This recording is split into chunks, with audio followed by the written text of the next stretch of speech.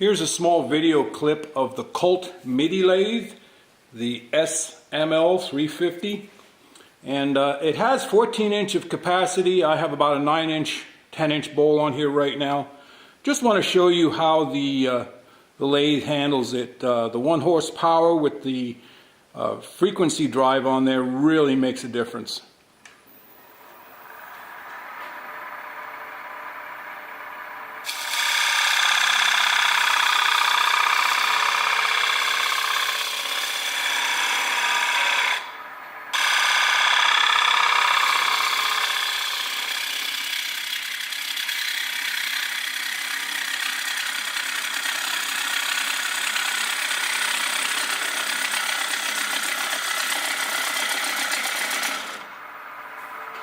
Just a roughing cut, but at least you can get an idea.